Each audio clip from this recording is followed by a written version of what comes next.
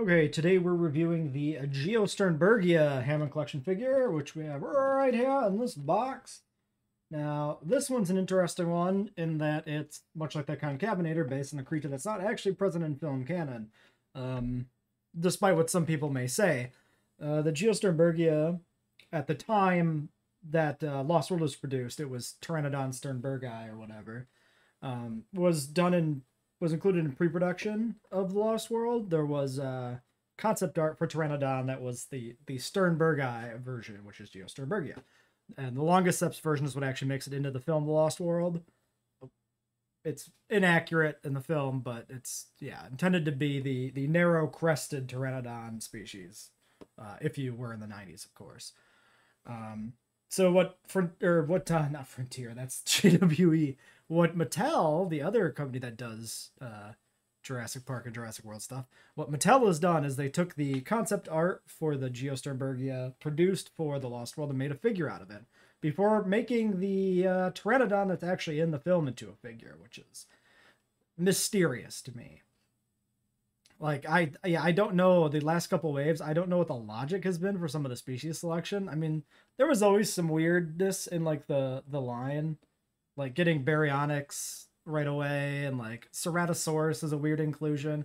Both of those are phenomenal figures though, so I didn't complain about that. But then we get Concavenator, which is present as a statue in Fallen Kingdom, and now we get this concept art Geosternberg. It's just baffling. I mean, there's some very obvious things that we need some good high quality figures for. Carnotaurus, an adult Stegosaurus that we just don't get. And as far as I know, have been announced. It would be great pieces to add to the line, and yet here we are. Well, anyway, let's open this thing up. Now, this one actually doesn't. So it does have a Lost World logo on the side of the box, but it doesn't have any kind of imagery on the back. It does mention specifically coming from the pre-production for the Lost World there in the little blurb. Well, Pteranodon may rule the skies of Isla Sorna. The Geosternbergia makes a memorable pre-production appearance and displays an impressive wingspan with a longer neck, beak, and head crest. What? Because if they're comparing to the Pteranodon in the film, that thing's got a really, really long neck, which is part of its inaccuracies. And I think a pretty long beak and crest too, even compared to this Geosternbergia design. So very strange blurb. Let's get this thing opened up. I've already pre-cut the tape there. So I gotta say, this thing smaller than I was expecting. This thing is like hand-sized. I was expecting something a little more dramatic, like kind of maybe more in the scale of the Hammond Collection Pteranodon. But it's not. It's the smaller figure, which is probably more accurate to the real creature. The pterosaurs are small and lightweight, generally speaking, unless you get into Asdarchids, which are still lightweight, but can weigh hundreds of pounds or whatever. I think, if I'm not mistaken. But like a Geosternbergia should probably be about this size, and given that it's not actually in the film, we can't really use concept art to get an in canon in universe size for a creature that well, just doesn't exist in canon or in universe, now can we? Flipping these ties that bind him into the packaging, you can already tell that he's got soft wings. All right, he has been extracted from his plastic tomb. The wing colorization looks really nice. The wing membrane has a nice rubbery feel to it. The wing itself is very flexible. The paint job is very nice. It's very iconic to me mostly because of the Kenner Lost World toy line, which has, you can actually maybe vaguely see the Pteranodon hanging out back there. I should probably have grabbed that for a reference. Maybe I'll have to go grab that in a moment and compare. The color scheme of the Geosternbergia is not the same as the color scheme of the Pteranodon that's actually present in the film, which will show some reference material and highlight some differences on that in a second. It is toothless, so we got that at least. Honestly, a toothless Jurassic pterosaur figure is already winning hearts and minds for me. Pretty good. I have my figure itself has its beak always kind of with this opening here. The beak doesn't close tightly. Don't know if it's supposed to. There's like the tiniest amount of misalignment on the front of the beak, but that's all pretty minor, not a big deal. He looks like he's been eating like chocolate or something. Interesting there. We've got a nice blue stripe running down the back underneath my finger so you can't see it. But then yeah, the bottom is like lighter colored. Same with the underside of the body and into the throat. It's a really nice shade of blue. The nails on the feet are painted, which actually seems surprising to me. Same with the hands. The claws on the hands are also painted. I think my biggest complaint here in terms of sculpt is going to be the wing membrane, or not the wing membrane, the wing finger that supports the wing membrane is incredibly thick. Look at how thick and chunky this finger is. Like, it's as thick as the arm, which feels very wrong. Very strange to me. So the outer part of the wing has a bendable wire in it, so you can bend the wire to pose it, or bend the wire in the wing to pose the wing. But it seems like the inner part doesn't have that.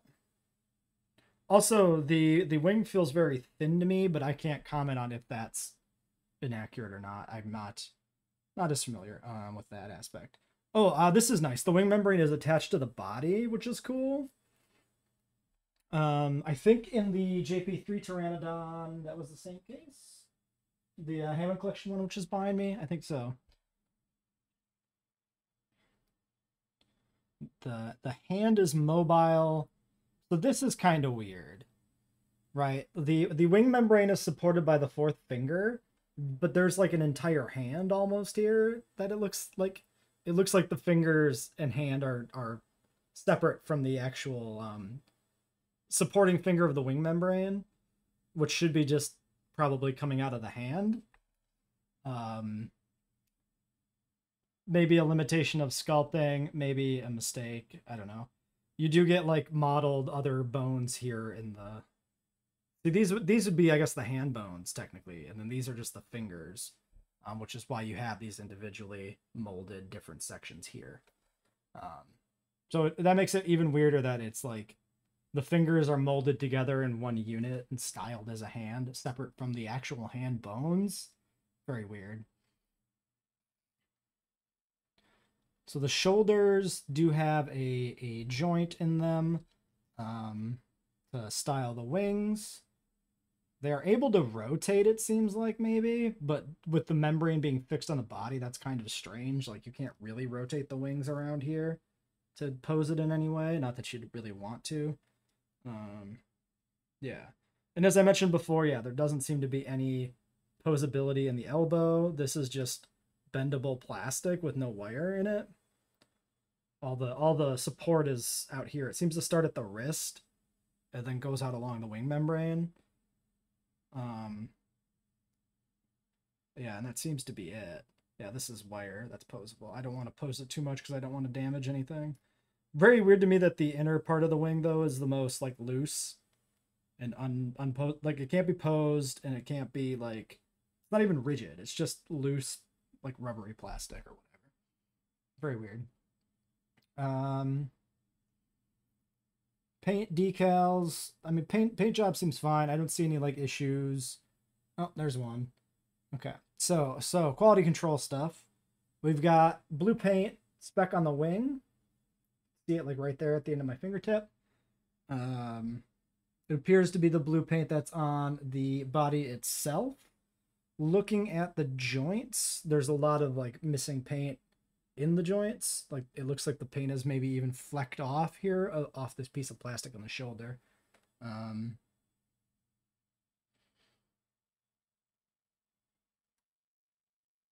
Could be worse, could be better.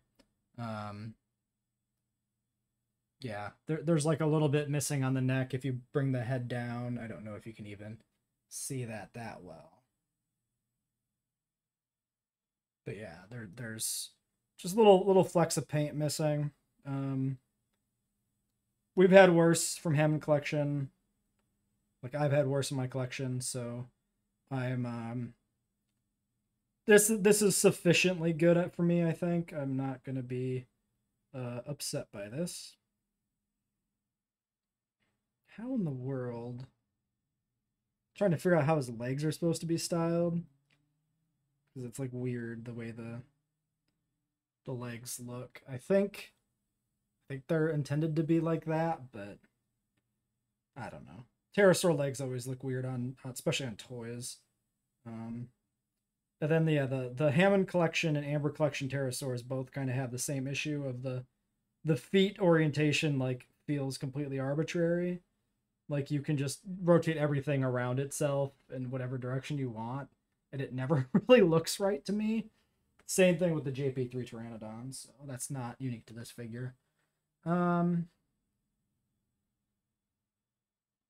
Overall, it's a nice figure, though. I made the one wing slightly bent. I need to, like, play a... Like, so this... I could see this being an issue. Like, because if you're trying to style the wing with this wire that supports it in here, like, you could end up with the membrane kind of, like, bent a bit. And then, like, straightening the wing back out feels like it's really difficult to do. Let's look at some concept art. Let's evaluate the figure for accuracy as much as we can. So this is the actual concept art this should be based on. I believe there might also be a maquette made for this, like a little model.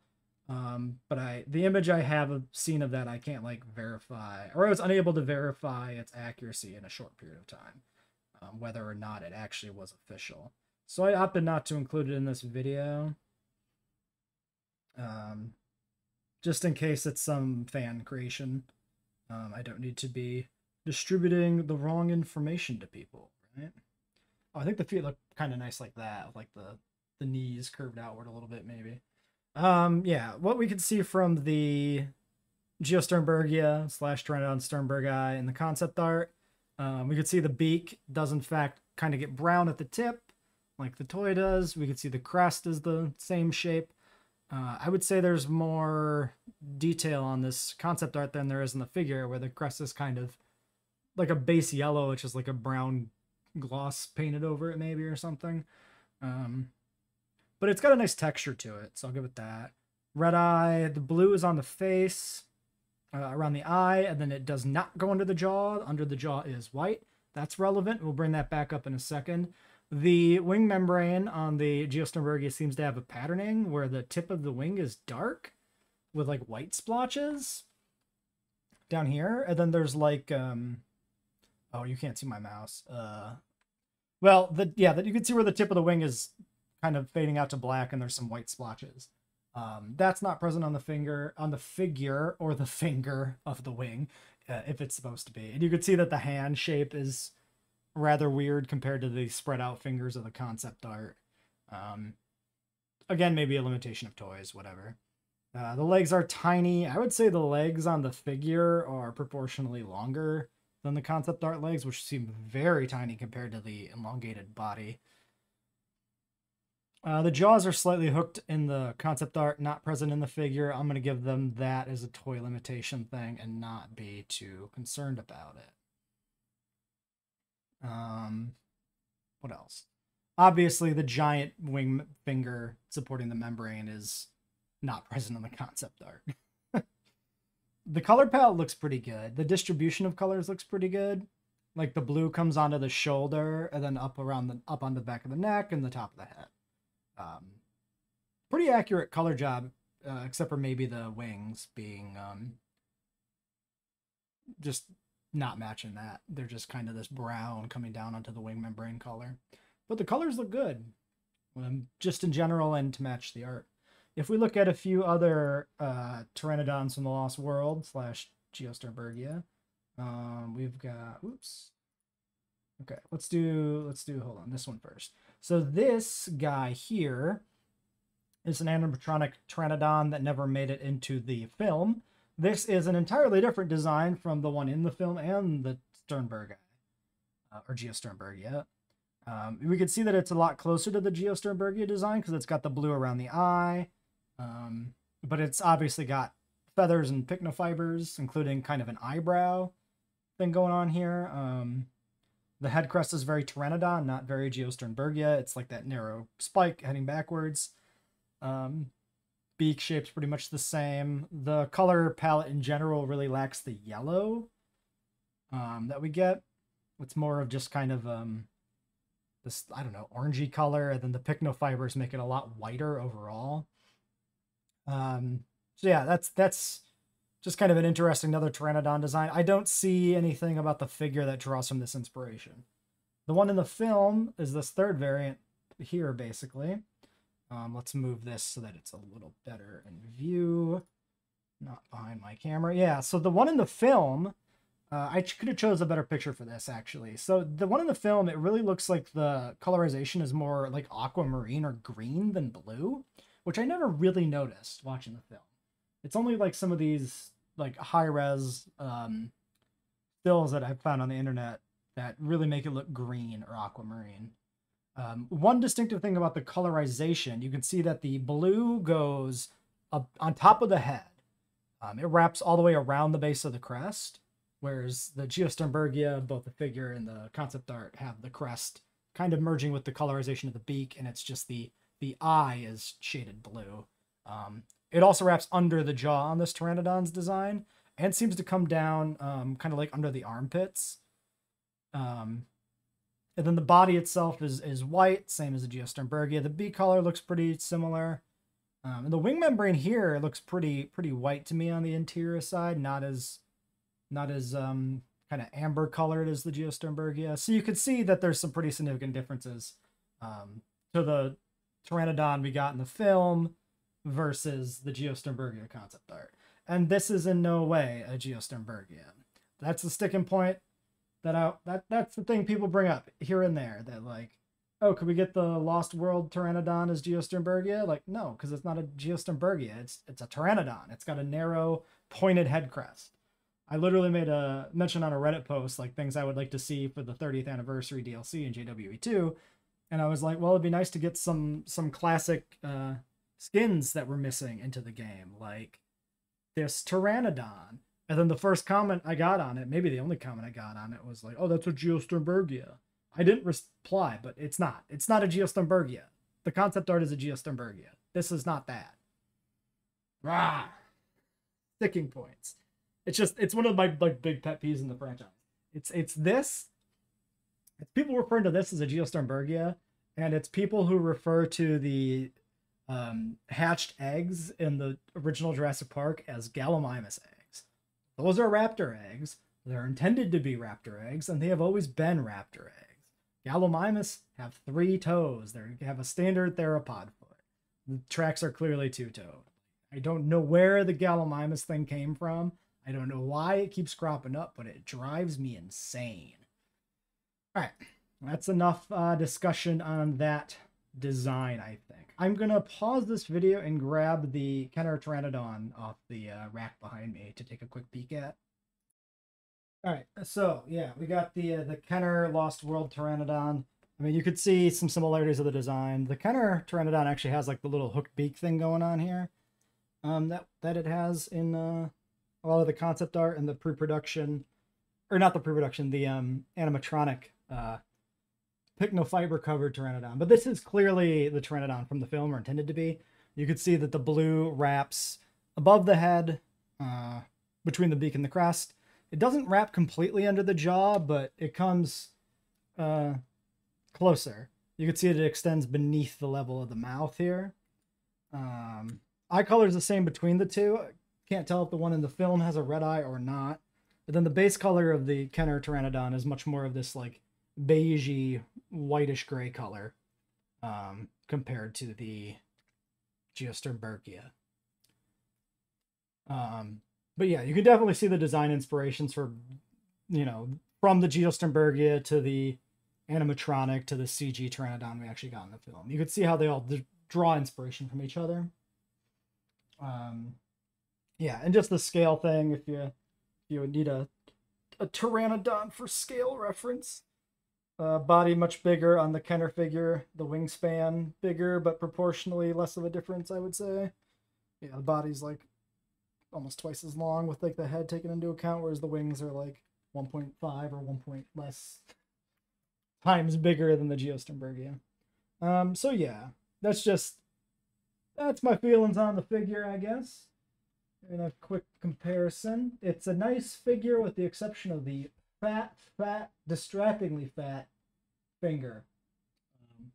Also, it's interesting to point out the fingers on the Kenner Pteranodon actually make it look like it has 4 fingers and not just a weird projection coming off of the wrist. It very much looks like the wing membrane is the 4th finger. But again, the Kenner Pteranodon doesn't have any flexibility in the hand or capability to pose, whereas the other one does. So that affects it a little bit. I just looked behind me, which might have caused the mic to get a little quiet, to glance at the Hammond collection Pteranodon. And that thing also kind of has the issue with the hands I brought up here. I guess I never really noticed it before, but it sticks out to me more with the Geosternbergia. Let's rank this thing. Man, this is a tough one because, especially because the problem with the finger is present in the JP3 Pteranodon. I need to look at that. Hold on. All right, JP3 Pteranodon. You know what? I mean, yeah, it does have the same issue with the hand. But from the other side of the wing here, I think the JP3 Pteranodon, I'm more willing to believe that's a finger than I am to believe it is like that. I don't think it looks as much like a weird projection coming off. The hand is essentially the same. I think I'm just coping. No, I think that's a legitimate problem with both of them. Yeah, so holding that against it's going to be a little weird. The other thing is the fatness of the wing membrane. In this Pteranodon figure, it's kind of still there. Like, actually, no, the Geosternbergia's finger. Sorry, I said membrane again. The wing finger is, I think, thicker by a small margin. And then it's a proportionally smaller figure, which makes it look even more egregious. The one on the JP3 Pteranodon is pretty big, but I think it's sliding in there is acceptable, and I think this one's breaking the limit a little bit for me.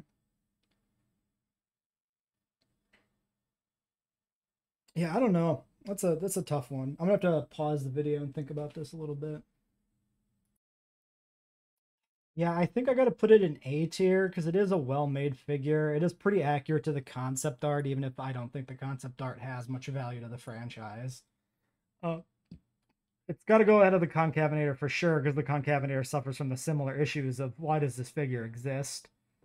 I'm thinking, as much as I like the Galley figure, the issues with the Galley figure were largely that it's the wrong Gallimimus.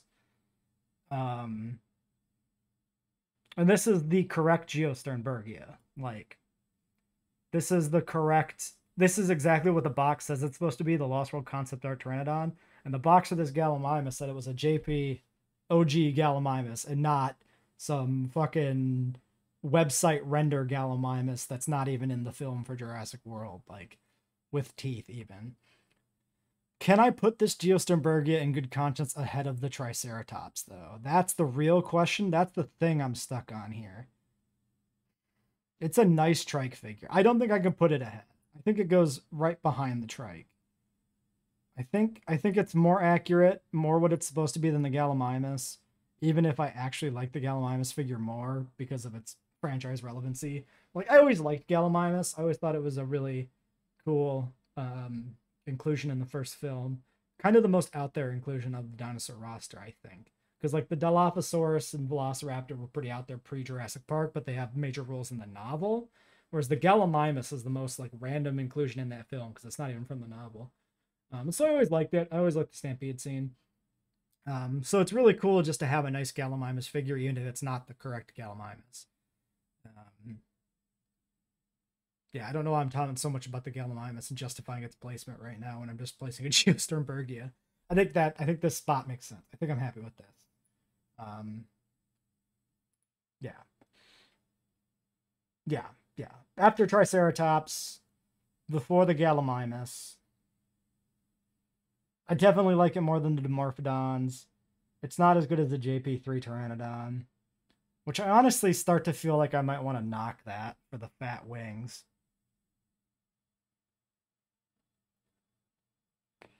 Am I going to do that? I think I'm going to do that. I think we're going to swap places with the Pachycephalosaurus. I think the proportions of the Pachycephalosaurus are more accurate to the animal than the Pteranodon is. I don't like changing things after the fact, but I think in light of this wing finger debate, I almost said wing membrane again. I think I have to redo those.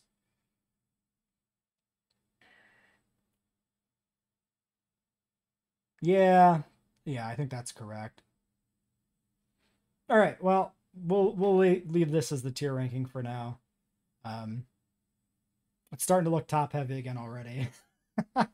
Even after we just redid it, but I'm definitely not going to redo the tier ranking and slide things down for a while yet.